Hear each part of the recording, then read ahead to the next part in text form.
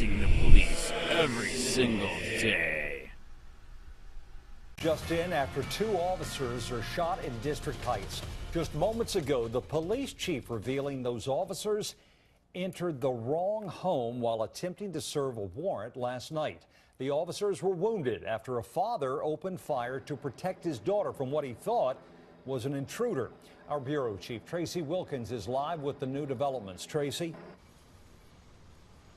Well, the good news is that one of those officers already been released from the hospital. The other one is expected to be just fine and leave soon. Meanwhile, the chief of police is apologizing. Last night, a chaotic scene. 2 officers shot and injured while executing a drug warrant. Turns out, police were acting on bad information and ramming the door of an innocent man. I have spoken to our state's attorney. She and I have agreed. He is not to be held criminally responsible. I believe that he was attempting to defend himself and his daughter from what he perceived to be as a threat. He did not know he was firing upon police officers. News 4 was there as the father and his daughter were escorted back into their apartment. The chief says a confidential informant told police a drug dealer lived in that home. The chief says that was bad information. Our investigation led us to the wrong address. Police announced who they were before ramming the door. The chief says he believes the father and his 22-year-old daughter fell asleep in front of the television, but awoke when the door started opening. The community needs to know is that this man was devastated when he realized that he had fired upon police officers. And he was as worried about their safety once he realized that had happened as he was worried about the safety of his own daughter. Shotgun spray peeled the paint off a nearby door. 2 police officers were shot, one in the hand, another in the shoulder. Both are expected to recover. The chief says detectives who worked this case may be disciplined, and for now, he's issuing a moratorium on all search warrants. I am not satisfied that we had done enough to corroborate the information we had in the obtaining of that search warrant. Am I going to rule out discipline? No. Am I going to rule out structural changes to our methods? No. Now, the chief is saying that they are going to do a review of all search warrants that are pending, and they're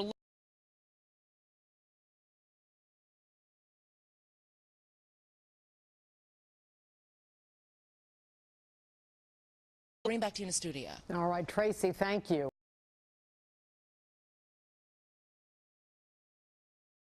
No charges for dad who shot 2 cops to protect his daughter from unlawful raid on his home.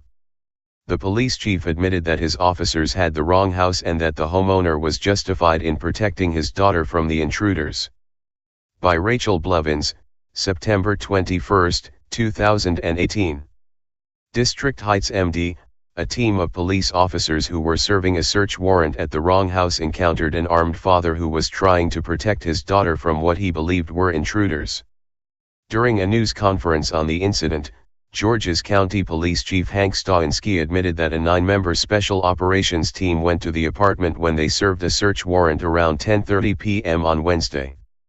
A law-abiding, hard-working citizen and his daughter were home at the point where we began to execute that search warrant, Stawinski said.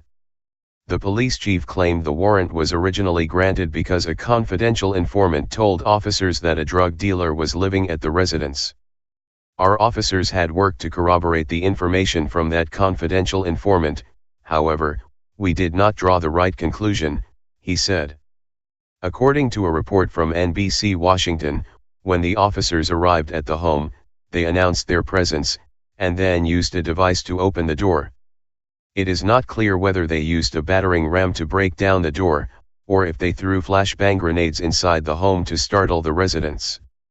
When the officers broke down the door, they encountered a man who was holding a shotgun. He fired a single shot, which Stawinski claimed hit 2 of the officers who were trying to break into the man's home. However, when the man realized the intruders were police officers, he dropped his weapon and begged them not to shoot his daughter. As that door now opens, he realizes that those are police officers. He immediately drops that weapon. He immediately goes to the window and starts communicating, "You've got the wrong address. Don't shoot my daughter," Stawinski said. While one of the officers returned fire, no one was hit, and the officers who were shot by the homeowner are in stable condition, which is a miraculous ending to what could have been a tragic scene. Because police admitted that they attempted to serve a search warrant at the wrong home, because they acknowledged that any attempt to press charges against the innocent man could result in a costly lawsuit, and likely because no one was killed during the incident, Stawinski confirmed that no charges would be filed against the man who shot the officers. The investigation corroborates his account that he did not know that there were police officers trying to enter his residence.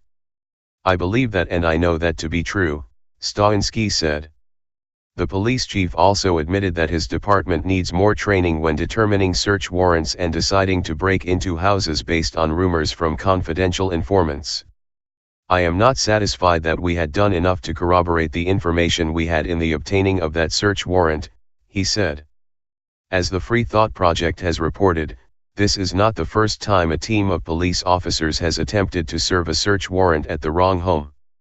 In December 2017, a SWAT team in Chicago raided the wrong house and were reprimanded by the homeowner, who demanded an apology, while recording the incident on Facebook Live.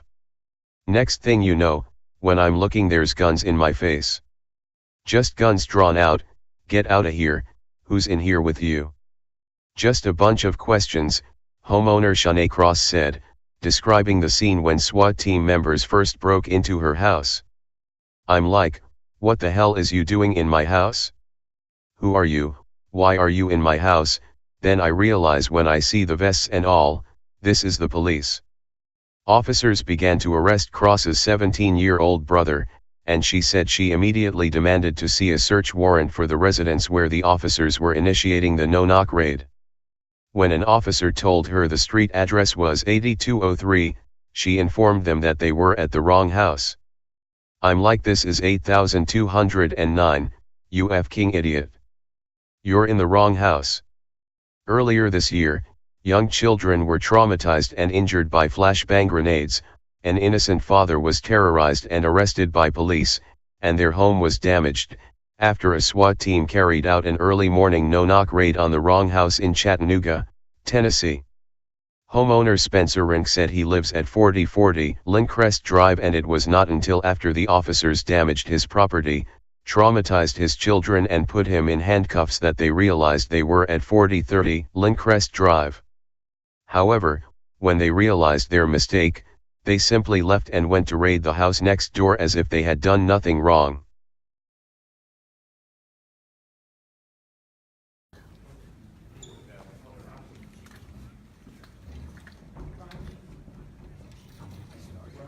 Were you at like 5? Were you at like 5? 15.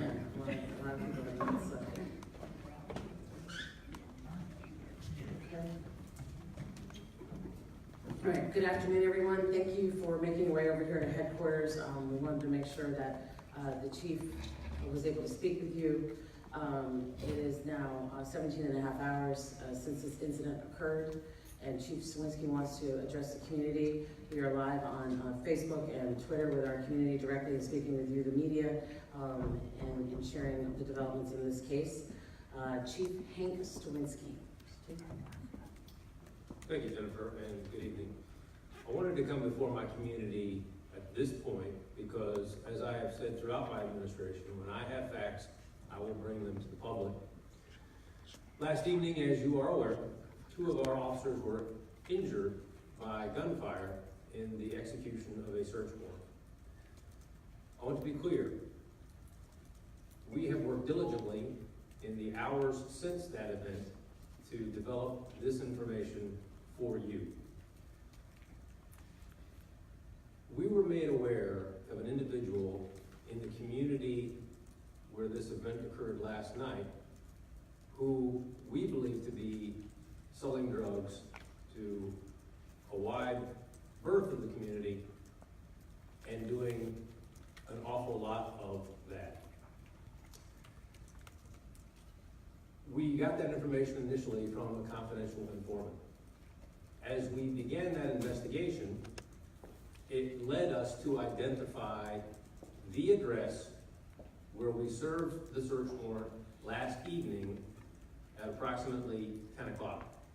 I want to be clear, we served the search warrant at the address that we had identified through the investigation.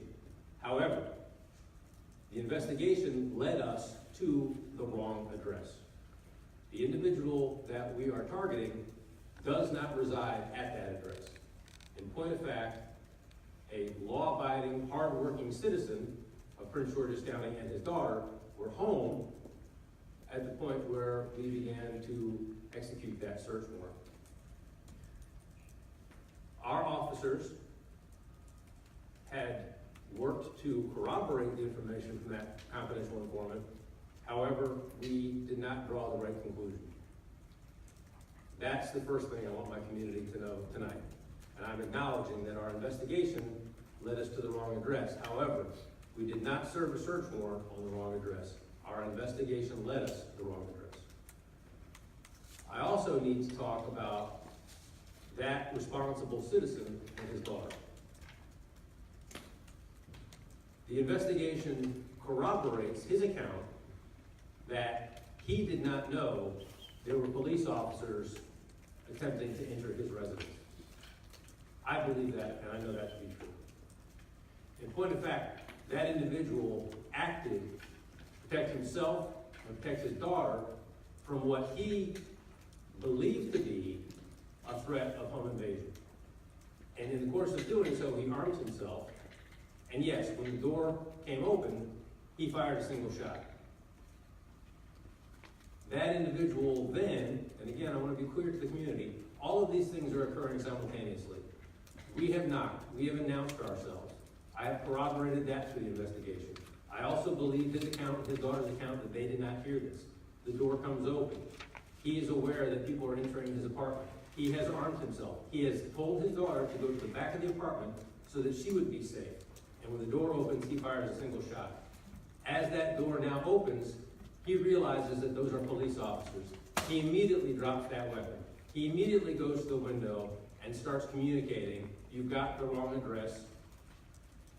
Don't shoot my daughter. Don't shoot my daughter." As a result of this information, and again, this is what we've been doing for the last 17 hours, diligently working through this, he surrendered. He was taken into custody. He was uninjured. He was brought back to Criminal Investigations Division, where our investigators interviewed both him and his daughter. And I am convinced that he did not intentionally fire that weapon at police officers because they were police officers. I believe he fired that weapon because he felt he was defending himself and his daughter. And as a result, I've had a conversation with Ms. Angela Also Brooks, our state's attorney. She and I have talked about this a couple of times today, and she and I have both agreed that it would be inappropriate to hold this gentleman criminally responsible for his actions, which we both agree were done in aid of the protection of his daughter and himself. He will not be charged criminally. Now, what I am doing about this, I have immediately instituted a moratorium on the service of any search warrants in Prince George's County until every search warrant that we currently hold has been thoroughly vetted to ensure that the failure to properly corroborate and draw conclusions from information has been addressed, and that we have a high degree of confidence that this will not occur again. Further, we are going to be reviewing our methods of corroborating information from confidential informants and coming up with a new set of standardized practices, again, to ensure that this does not happen again. I want to personally extend my thanks to my community, to our partners in law enforcement across the state and the region, to leadership at every level of our government, to my community. I want to assure you that we will make certain that this does not repeat itself. And again, I spent about an hour talking to this individual after my investigators came to me with this information, and I also spoke to his daughter. What the community needs to know is that this man was devastated when he realized that he had fired upon police officers. And he was as worried about their safety once he realized that it happened as he was worried about the safety of his own daughter. Again, I have spoken to our state's attorney. She and I have agreed. He is not to be held criminally responsible. I believe that he was attempting to defend himself and his daughter from what he perceived to be as a threat. He did not know he was firing upon police officers. With respect to my officers, I commend you for your professionalism, the fact that you continued in your duties when your comrades had been injured, that once this individual had surrendered, you took him into custody, and then rendered aid to ensure that your fellow officers would not suffer any further from their injuries. This does not surprise me. I'm very proud of this institution, but I also want to make it clear that in immediately surrendering and abiding by the orders of those officers, this individual further demonstrated his concern for his daughter, which he repeated several times during that process, and again provides the foundation for my conclusion that his action was not an intentional or criminal act to fire upon police officers. With that, I will answer any questions you have. The status of the officers? I'm happy to report that one of the officers was treated and released. The other officer is currently undergoing surgery for repair to one of his arms. We will have further information on that in the near future. Ms. Donlin will be releasing to you the name of the officer who did fire a single shot. But I want to be clear that that shot did not take effect. And it was, again, as this is evolving, all of the action occurs simultaneously. The door comes open, a shotgun blast comes forth, one officer responds with a single shot. Then it's clear that this individual is surrendering. They take him into custody. He is not injured and transported back to Criminal Investigation Division, and he expresses, again, his concern over the officer, as well as reiterating his concern for his daughter. Can you talk about the process that goes into determining when a detective goes to a judge and asks for someone to sign off on, the judge to sign off on that search warrant? What due diligence, fact-checking, investigation, surveillance goes behind that? The instance that we're talking about particularly involves information coming from a confidential informant. Many drug cases across the nation are pursued as a result of confidential informants. We have sought to corroborate that information from a number of different sources. In this instance, one of the databases that we rely upon and an independent method that we use to corroborate this as a target address both led us to the address. And again, the investigation led us to that address. However, the investigation drew the wrong conclusions. So we served the search warrant on the address that we intended to, but the process of corroborating that confidential informant's information led us to the wrong address. That's why I put a moratorium on search warrants, so that we can review that. We can reassess the databases that we rely on. We can reassess the methods by which we corroborate that information in other ways that I won't speak of because they're investigative methods. But I apologized to this individual and his daughter. I took full responsibility for this occurrence. I did explain to him every single method we had used to corroborate this, again, to get to the wrong address. But we did serve the search warrant on the address we intended to. And I won't share them with the whole public because those are privacy issues for that family. But I did provide a full accounting to him and his daughter of what we had done to corroborate the information that we did act upon. How far away were you from the actual drug dealer? Same building, just wrong apartment? And so what's going to be done to try to find him now? That investigation is ongoing. I appreciate the question. We are continuing to focus on that individual because we see them as a significant threat to our community. However, until we bring that situation to resolution, I'm not able to provide you with additional information on proximity. Just know that that individual and our investigation has led us to that particular community, which is how we got to the search warrant that we served last night. Okay. Same question about how close you were to the drug dealer. Again, we believed that we were serving a search warrant on that individual's address. The investigation had led us to the wrong address. It led us to the address of a responsible, hardworking citizen, And I have, again to reiterate, spoken to him at length. I spoke to his daughter. I apologized to them. I explained to them how we got to the wrong address. And I will not speak for that individual. They are at liberty to do so as they see fit. But we did come to an understanding about why that occurred, and I did personally apologize to him. And I do believe in my heart of hearts that he was acting to defend himself and his daughter. I know you said you're going to be reviewing, I guess, how you corroborate this type of information. I know it sounds like you can't go too much into the weeds. Was this a single person's error, or was this an institutional error of how you go about corroborating this information? So when you're dealing with a confidential informant, there are a number of methods that we can use to corroborate that. Some of them, broadly speaking, involve the use of criminal databases. Some of them involve different investigative methods. What I would prefer is seeing a broader representation of those methods than we saw in this case. But coming back to the question that was addressed to me earlier, this was presented. We did receive a search warrant based on the information we had. But I, as your chief of police, am not satisfied with the amount of information that we use to obtain that search warrant. That's why I put a moratorium on the service of any further search warrants until I am certain that we are structurally obtaining additional information before we execute that search warrant, so that a gentleman and his daughter, like we had this experience with last night, do not encounter this again. Chief, when you say that you're unsatisfied, does this mean that somebody is looking at possible discipline or an investigation? Or do you feel like this was a misunderstanding? What happens after something like this? So I will say this, and I had this conversation with the gentleman this morning. Both parties to this, your police officers and this individual, drew the wrong conclusion about who was on the other side of that door. We believed that we were trying to apprehend this drug dealer. He believed that he was trying to defend himself and his daughter from someone who sought to do them harm.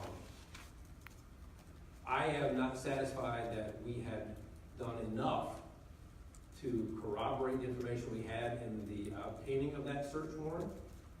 Am I going to rule out discipline? No. Am I going to rule out structural changes to our methods? No.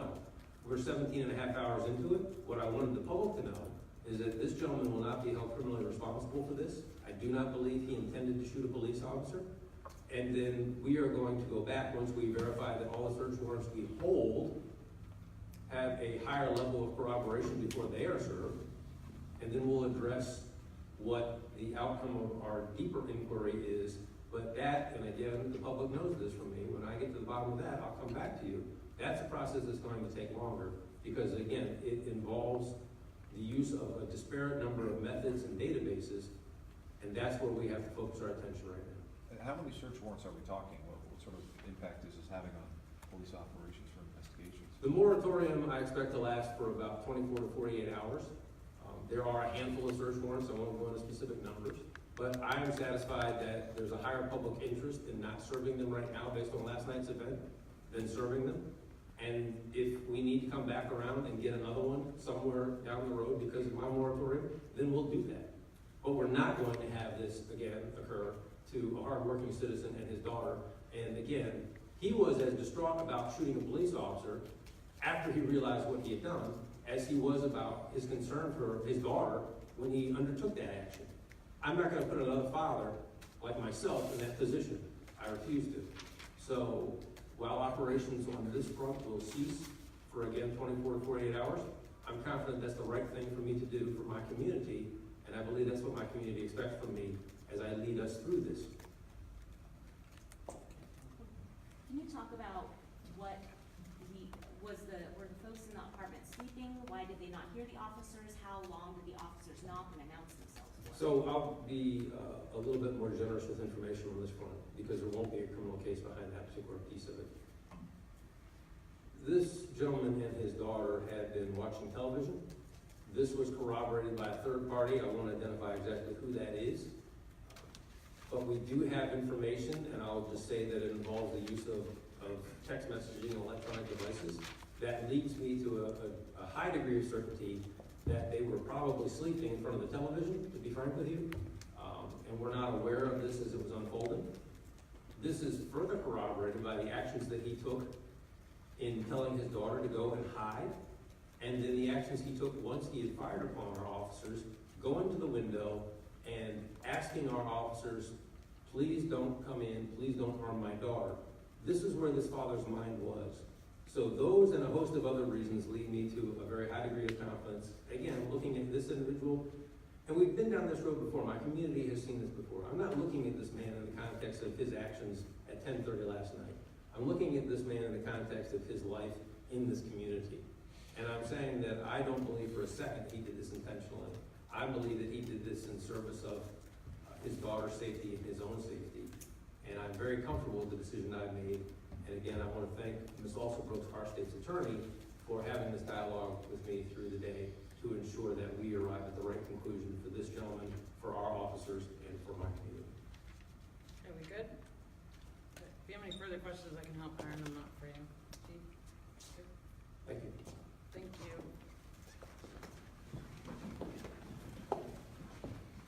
Police use who may want to retaliate against him physically. Hey Charlotte County, this is Charlotte County Cop Watch, and I just wanted you to know that I am using this stuff under fair use. And also remember to like and subscribe this channel. Also too, keep in mind I do not make any money on YouTube. This is 5 hours work a day, you know, fighting for freedom. And you can donate with PayPal and Patreon. I just want you to think about this. If everybody gives to PayPal and Patreon, Patreon is every month. Actually, PayPal you can do every month. I have 12,000 subscribers. If everybody gives, I can quit my regular job and go full-time investigations on Charlotte County and possibly even more and beyond. So just keep that in mind. If everybody helps out, I can go full-time doing this. Thanks.